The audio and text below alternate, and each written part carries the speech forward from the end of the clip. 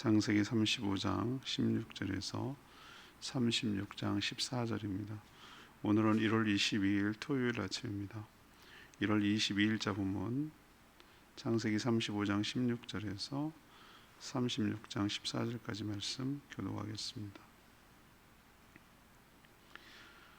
그들이 베델에서 길을 떠나 에브랏에 이르기까지 얼마간 거리를 둔 곳에서 라헬이 해산하게 되어 심히 고생하여 그가 난산할 즈음에 산파가 그에게 이르되 두려워하지 말라 지금 내가 또 등남하느니라 하매 그가 죽게 되어 그의 혼이 떠나려 할 때에 아들의 이름을 베노니라 불렀으나 그의 아버지는 그를 베냐민이라 불렀더라.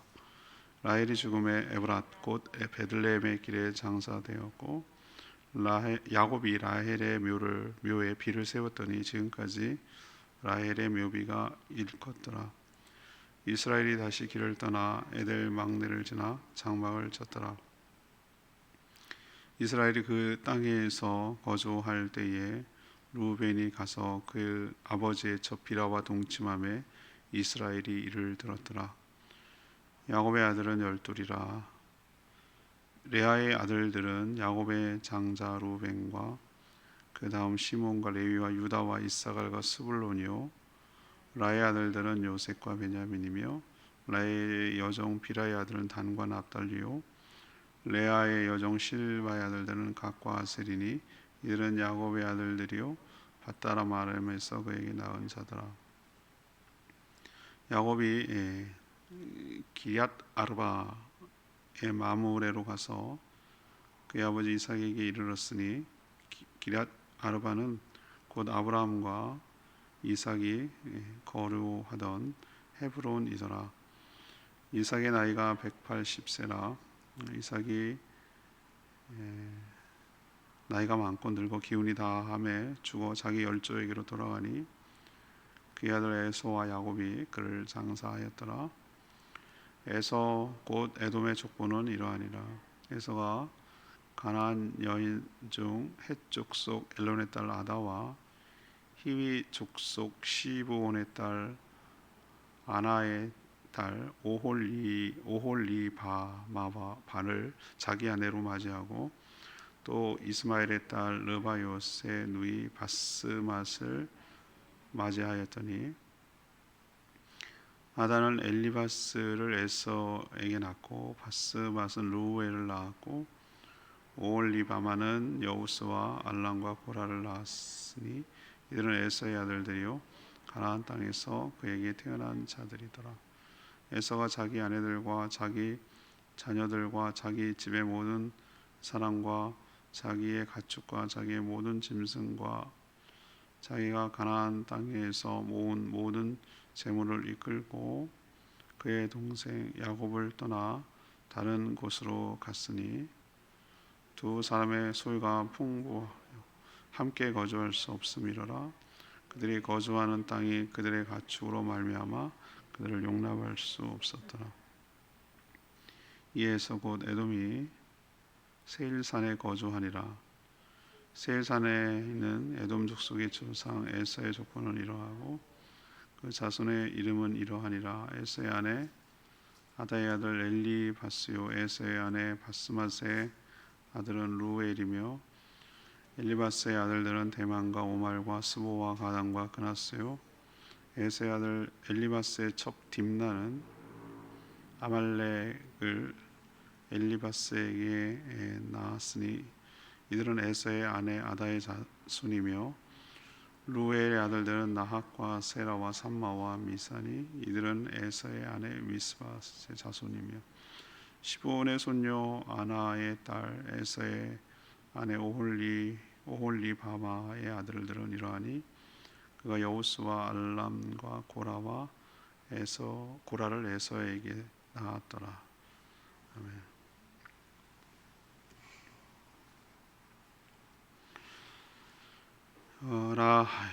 라헬 그러니까 야곱의 아내 라헬이 두 번째 아들 낳다가 베들레헴에서 죽습니다. 그의 아들의 이름을 베노니 슬픔의 아들이라 불렀으니 야곱은 베냐민 오른손의 아들이라고 이름을 정정합니다. 야곱의 르우벤은 아버지의 첫 비라와 동침합니다. 이삭이 180세 마무레 곧 헤브론에서 죽자 에서하고 야곱이 장례를 치릅니다. 에서의 족보가 소개되는데요. 세 명의 아내를 통해서 많은 자손과 재산이 생겨서 에돔 나라를 세우는 그 세일산이라고 하는 곳으로 가서 옮겨가서 살게 되었다는 내용이 오늘 내용입니다. 오늘 질문은 야곱의 가족을 통해서 얻는 교훈은 무엇인가? 야곱의 가족을 통해서 얻는 교훈은 무엇인가? 오늘 세 명을 집중하려고요. 하나는 라헬, 그리고 두 번째는 이삭, 그리고 마지막은 에서입니다. 전 16절부터 20절까지 말씀 라헬 이야기인데요. 사랑은 받았으나 슬프게 죽어갔던 라헬이라고 저는 이름을 붙였어요. 라헬은 처음부터 남편 야곱에게 사랑을 독차지했습니다.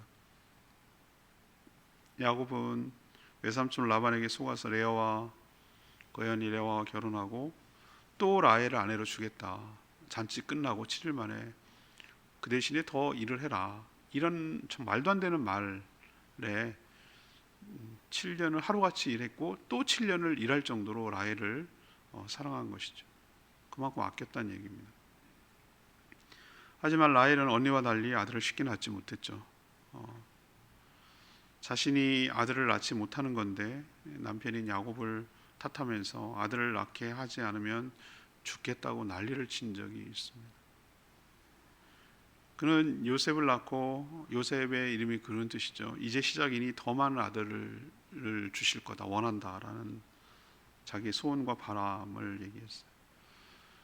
또 바단 하란 거기를 떠날 때 아버지 라반의 모든 상속 축복을 가로채려는 의미로 르비딤 자기 남편처럼 아버지 라반을 속이고 집안의 수호신이라고 할 수 있는 드라빔을 훔쳐서 가지고 온 사람이에요.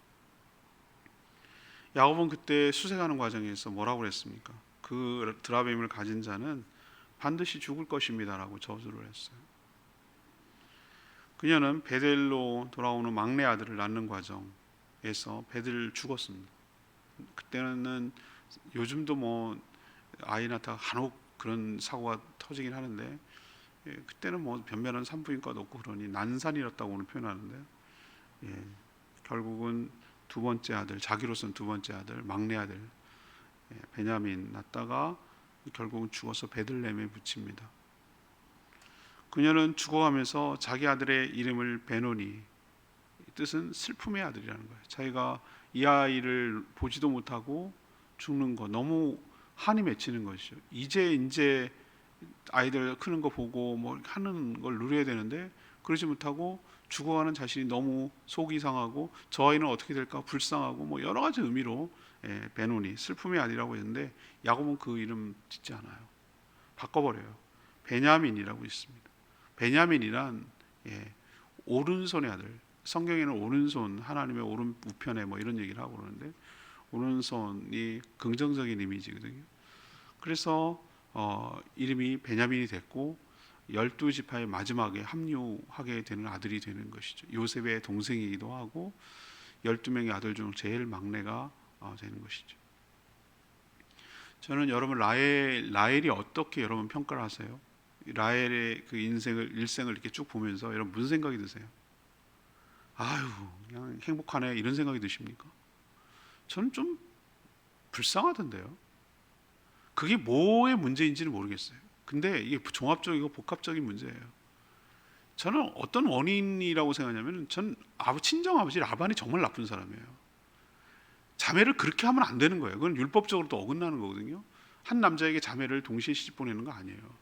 그 의도상할 뿐만 아니라 굉장히 치열하게 싸우거든요. 여러분 보세요. 나중에 자매들은 그때 슬하했을 때는 굉장히 잘 지내고 막 우애끼 지내도 막상 딱 벗어나고 이제 독립을 하게 되면은 서로 의식하고 경쟁을 해요. 자매처럼 치열하게 무섭게 싸우는 경우가 없어요. 만약에 의가 상한다면 가장 좋을 수도 있는 관계가 가장 원수가 될 수 있는 관계거든요.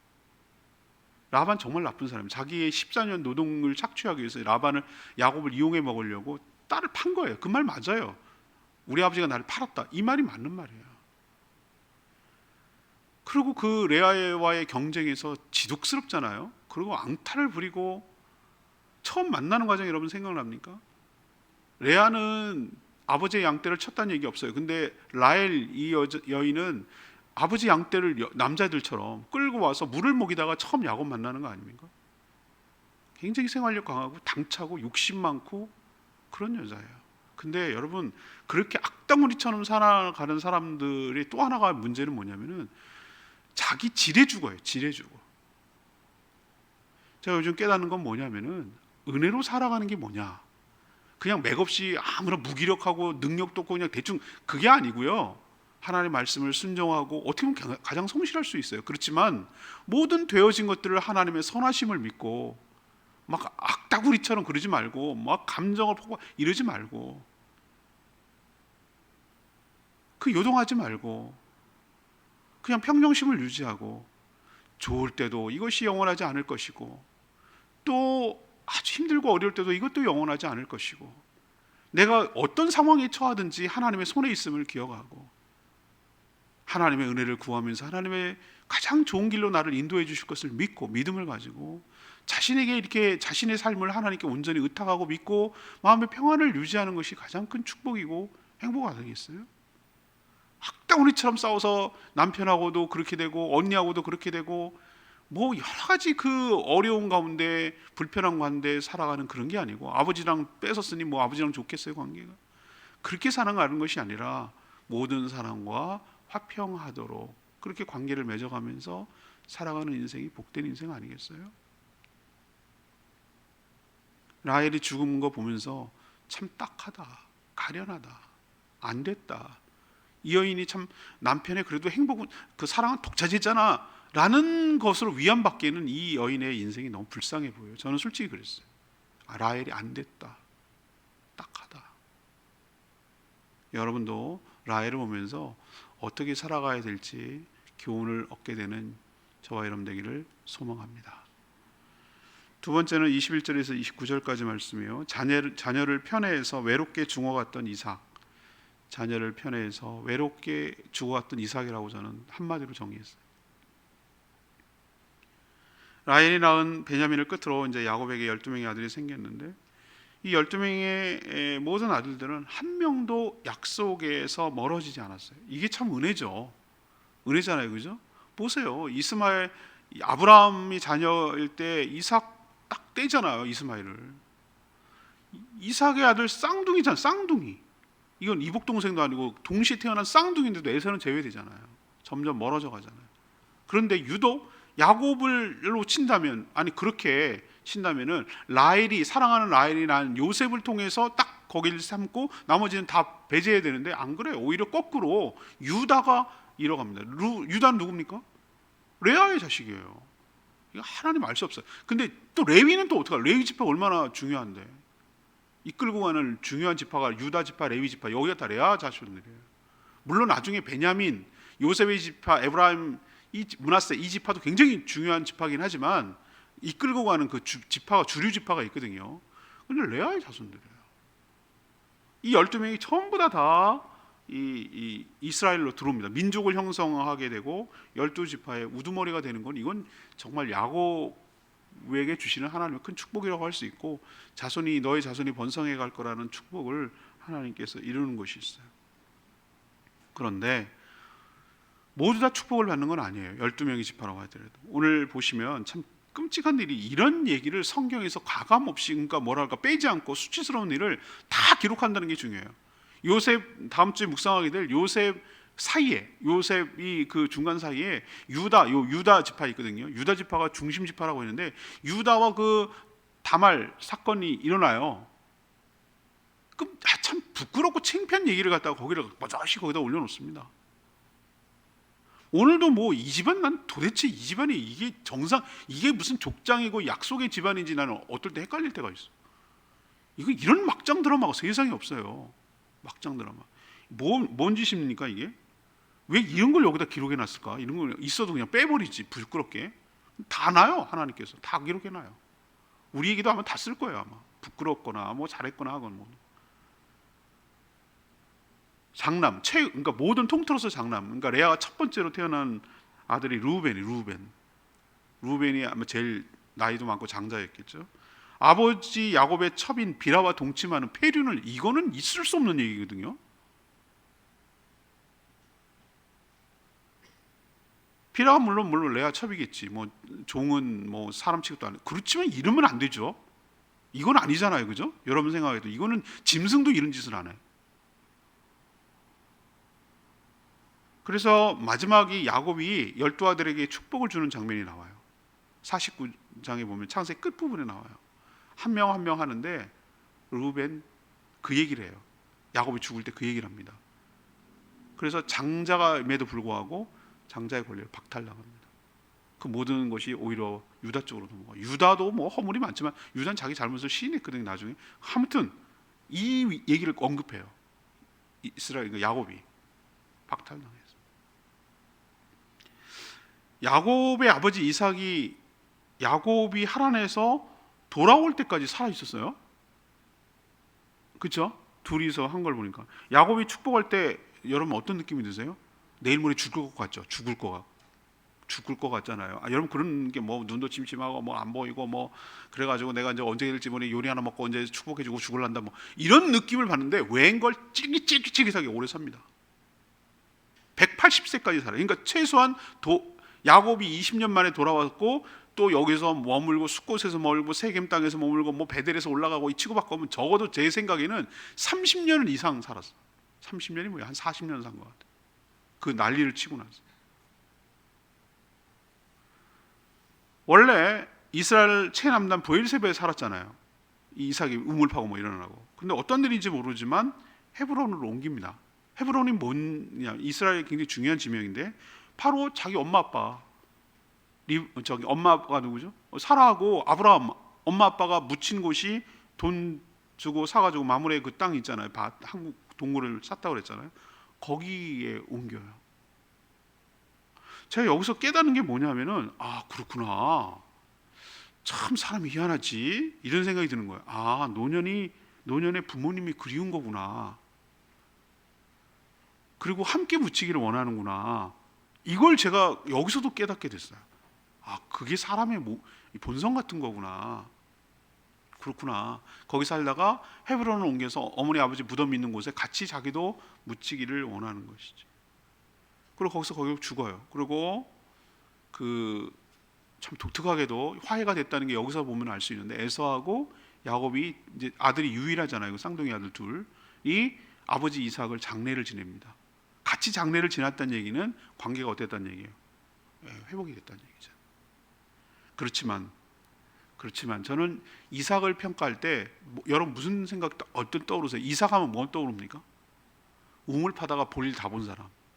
이 생각이 먼저 떠오르고 맨날 옹기 다니다 우물 파고 참 그것도 대단한 일이지. 근데 그 얘기 별로 없어요. 그 다음 얘기는. 근데 저는 더 인상 깊었던 건 뭐냐면은 이 리브가 하고 이삭이 자녀를 편애하다가 외롭게 인생을 마친 인생. 저는 그게 이 사람의 한 줄 평가처럼 느껴져요. 이삭은 에서를, 리브가는 야곱을 그렇게 편애하다가 결국 좋은 꼴도 못 보고 둘 다 외롭게 살다가 그렇게 죽은 인생이라는 생각이 저는 드는 거예요. 편애하지 말아야지 이렇게 하시면 안 되고, 우리도 뭐 하나 잘못했을 때 그것이 두고두고 특히 관계에 관한 문제가 꼬였을 때 이것이 얼마나 그 사람을 두고두고 발목을 잡고 힘들게 하고 하는지 여러분 깨달으셔야 돼요. 지난 수요일날 제주도 교단협의회에서 한 비전 세미나라고 성황교에서 열렸는데 강사 세 분이 오셨어요. 김학종 목사님, 제일 마지막에 박은정 목사님. 박은정 목사님 뭐라고 하는지 아십니까? 강연하는데 사람이 언제 행복할까요? 하면서 하버드 대학에서 75년 동안 추적 600 몇 명의 사람을 75년간 추적한 거예요. 1920 몇 년도에 태어난 사람부터니까 험한 세월 다 겪었어요. 우리로 치면은 일제시대, 6.25 뭐 다 겪은 사람들, 미국도 대공황 시대 겪었고 다 겪은 사람들을 추적했어요. 다양한 계층의 사람들. 거기서 내린 결론이 뭔지 아세요? 작년인가 재작년에 발표했다는데 아직도 90세 몇 명이래. 90세 몇 명이 살아있대요. 내린 결론, 관계가 좋은 사람이 행복하더라 이거예요.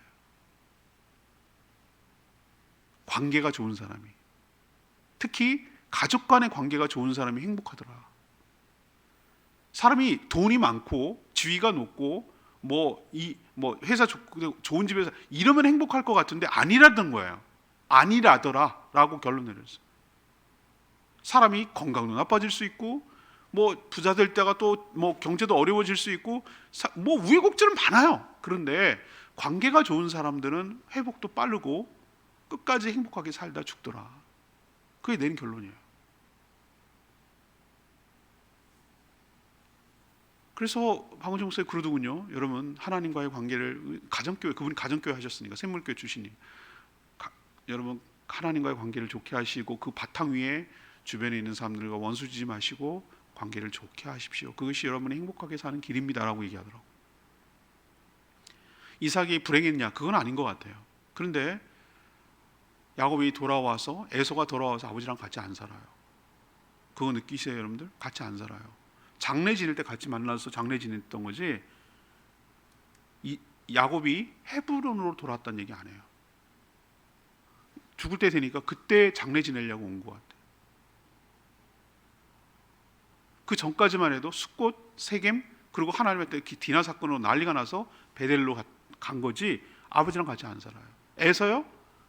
지금 좀 이따 얘기하겠지만 재산을 불러가지고 결국은 감당이 안 되니까 세일산, 사해 동쪽에 있는 에돔 나라가 세워진 그 세일산 쪽으로 갑니다. 혼자 살아요. 늙음하게. 그때 벌써 축복할 때 죽을 것 같이 힘들었는데 그 뒤가 리브가도 사라질 수 없어요. 유모가 장례 지냈다는 얘기는 엄마 대신이 엄마 대신에 그 역할을 했다는 거, 엄마처럼 그랬다는 거예요.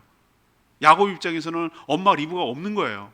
그러니까 엄마처럼 여기고 살았던 리브가의 유모인 그 여인을 갖다가 장례 지내는 거 보는 걸 기록한 걸 보면은 리브가는 없어요.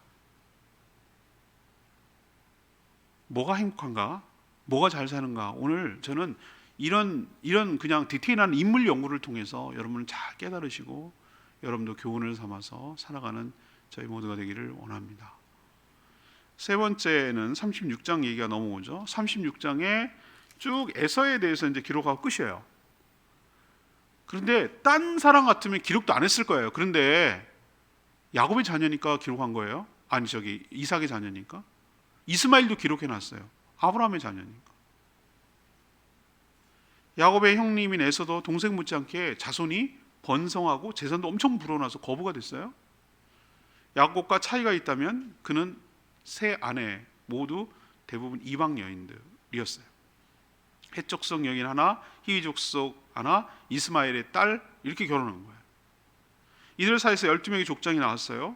에서의 결혼은 처음부터 부모 리브가와 이삭의 근심거리였다라고 표현하고 있어요. 당연히 안 맞죠. 여러 가지 면에서. 이삭은 야곱에게 가나안 여인을 아내로 얻지 말고 외가라고 해서 아내를 얻으라고 신신당부한 것이 얼마나 뒤였으면 저런 소리 했을까라고 싶어요. 그것도 있지만 하나님의 언약 때문에 그래요. 그런데 에서는 언약 따위는 마음에 두지 않았어요. 장자권을 대하는 태도도 너무 경솔했어요.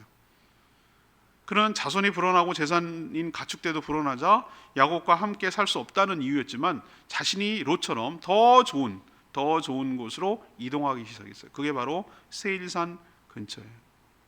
약속의 땅 가나안 땅을 스스로 멀어졌어요. 나중에 여기를 중심으로 에돔이라는 나라를 세워요. 하나님께서는 그 땅을 약속의 땅으로 주지 않았어요. 약속의 땅은 하나님이 분명히 가나안이라고 그랬어요. 근데 누구한테만 얘기해 주죠? 야곱한테 얘기해 줬어요. 베델에서 누워 잘 때 네가 누워 자던 이 땅을 너와 너의 자손에게 주리라. 근데 에서는 그런 얘기 안 했어요. 그러니 옮겨 다니는 거예요. 축복에서 멀어져 가는 거예요. 운명론인가? 제가 아니라고 말씀드렸어요. 하나님은 시간의 제한, 우리나 시간의 제한을 받아요. 우리나 24시간 여기에 제한을 받지 자유로운 영혼이신 하나님은 시간, 공간 다 초월해요. 에서의 삶을 봤다 안 봤다? 전 봤다고 봐요. 에서가 어떤 삶의 선택을 하고 어떻게 이동하고 어떻게 하는지 보셨다? 과거, 현재, 미래를 다 보셨다? 보셨다. 전 봅니다. 그러니까 태어나기 전에, 태어날 때 뱃속에 있을 때 큰 자가 작은 자를 섬기리라고 말할 수 있었던 것은 운명론, 결정론적으로 말하는 게 아니라 하나님은 보시고 얘기한 거예요. 귀뜸해 주신 거예요. 복 받지 못하는 데는 다 이유가 있고 복 받는 데도 다 이유가 있어요. 제가 지금까지 목회하면서 쭉 살아보면은 대하다 보면은 어떤 특징을 받을 수 있냐면은 복 받는 사람 복 받을 짓을 선택을 해나가. 그래서 복을 받는 거예요. 근데 복 받지 못하는 사람 가만 보면은 스스로 복을 차는 선택을 계속해. 그래서 복을 못 받는 거예요. 누구 탓할 것 없어요. 자기 선택의 결과가 자기예요. 여러분 이 명심하시고, 이삭 아들 에서 야곱 둘 딱 비교해 보면은 에서가 점점 약속에서 멀어지고 있구나.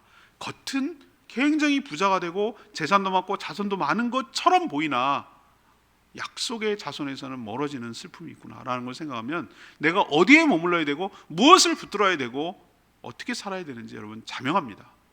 나머지 재산 이런 거는 다 있다가도 없고 없다가도 있고, 그거는 본질적인 문제가 아니에요. 내가 하나님 붙들고 사느냐, 하나님과 생명이 있다 있느냐, 여기에 핵심이 있는 것이지 나머지가 핵심이 아니라고. 우리는 근데 자꾸 뭐 재산이니 뭐니 뭐 이런 거에 자꾸 목숨 걸는데, 아니요, 그거는 당장은 그렇게 보여도 나중에 아닐 수 있다는 거예요. 여러분도 하나님 안에 머물며 살기를 원합니다. 내 말씀이 오늘 29절 이제 장례 지내는 얘기인데요. 이삭이 나이가 많고 늙어 기운이 다음에 죽으니 그의 아들 에서와 야곱이 장사였더라. 성경에서 우리는 늘 하나 기억해야 되는 것이 있는데요. 누구나 이 땅에서 영원히 살지 못한다는 거예요. 때가 되면 먼저 죽은 믿음의 선조들처럼 이 땅을 떠나야 한다는 거예요. 이 사실을 우리는 늘 명심해야 돼요. 끝이 있다. 그게 죽는 건 아무도 모른다. 내일 될 수도 있다라는 것을 늘 마음에 염두에 두고 살아야 돼요. 죽음을 대비하며 살아야 돼요. 그게 잘 사는 거예요. 염세주를 살라는 게 아니에요. 나의 끝이 있다, 영원하지 않을 것이다 라는 생각을 늘 하고 살아가는 것이 우리의 지혜예요. 지혜. 그게 지혜라고. 그러면 답이 나와요. 내가 영원하지 않다, 내일 죽을 수도 있다 라는 생각을 가지고 살아갈 때 내가 어떻게 살아야 되지 라는 답이 나와요. 그게 지혜라고요. 근데 어리석은 사람들 특징이 뭡니까? 천년만년 영원히 살 것 같아요. 100살은 뭐 너끈히 살고 100살도 청춘처럼 사는 줄 알아. 사는 동안 무엇을 했으며 남겼는지가 중요해요. 그는 우물을 양보하며 옮겨 다니며 우물을 팠던 일이 인상에 남아요. 근데 별 다른 일은 없어요. 그러나 저는 이런 생각이 들더군요. 아브라함에서 시작된 하나님의 언약과 축복을 야곱 아닌 이스라엘 민족에게 넘겨주는 징검다리 역할을 했어요. 우리도 냇가를 건널 때 그 돌 하나가 없으면 그 다음을 못 건너요. 굉장히 중요한 역할을 하는 거예요. 바톤을 이어주는 거예요. 그 마지막 넘어가는 그 돌 하나가 없으면 저쪽 편 땅에 못 가는 거예요. 아브라함이 시작을 했다면 중간에 이삭이 있었기 때문에 야곱, 곧 12지파 이스라엘 민족이라는 것이 생겨났다고 저는 보는 거예요. 저는 가만히 인생을 보면서 종적으로 보면 각자 각 세대마다 각자 자기가 해야 할 역할이 있다는 것을 깨달아요. 자기만이 해야 될 일이 있는 거예요.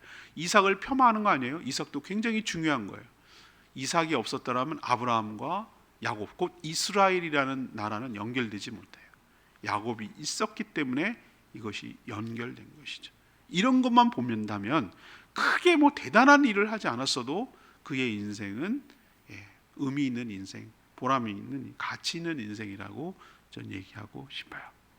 오늘 여러 가지 인물 중심으로 포커스를 두고 했는데, 첫 번째는 라헬, 이삭, 에서 보시면서 여러분의 삶을 어떻게 살아야 될지 교훈을 얻게 되기를 원합니다. 오늘 말씀 붙들고 기도하기 전에 찬양지 557장 오직 주님만 557장 부르고 기도하겠습니다.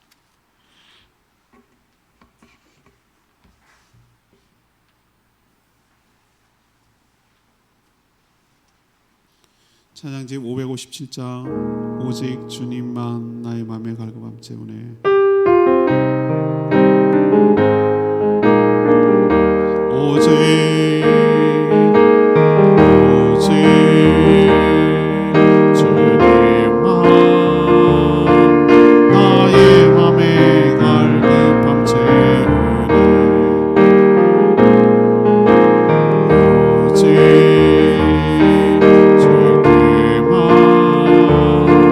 더 가까이 가기를 원하네.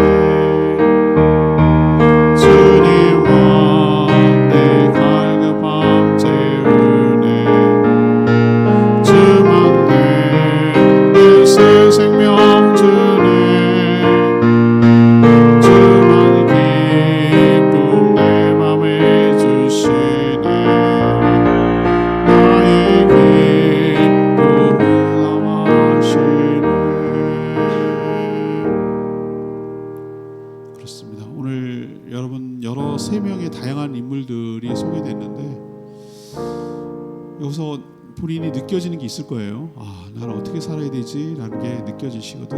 오늘 말씀 깨달으시고 하나님 여기서 교훈을 얻어서 저는 후회 없는 인생 살게 하여 주시옵시고 주님의 은혜와 주님의 축복으로만 살아가는 복된 인생 되게 해달라고 주의 외치며 기도합니다.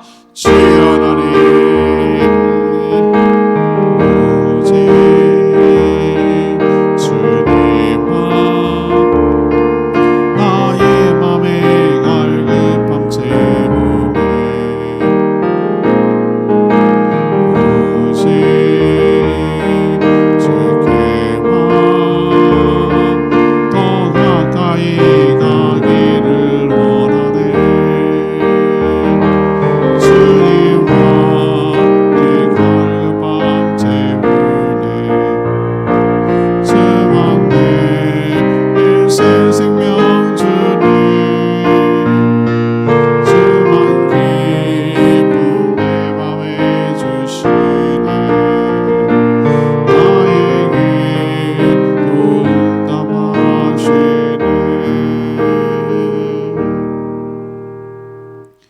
하나님, 야곱의 주변 가족들을 보면서 우리 인생을 어떻게 살아가야 할지 많은 교훈을 얻습니다. 죽겠다는 말 힘들어도 입 밖으로 함부로 내뱉지 않게 하여 주시옵소서. 자신의 욕심이 아닌 하나님의 은혜로 살아가는 법을 배워가게 하여 주시옵소서. 자녀를 편애하여 싸움이 나게 해서 평생 외롭게 살다가 죽지 않게 하여 주시옵소서.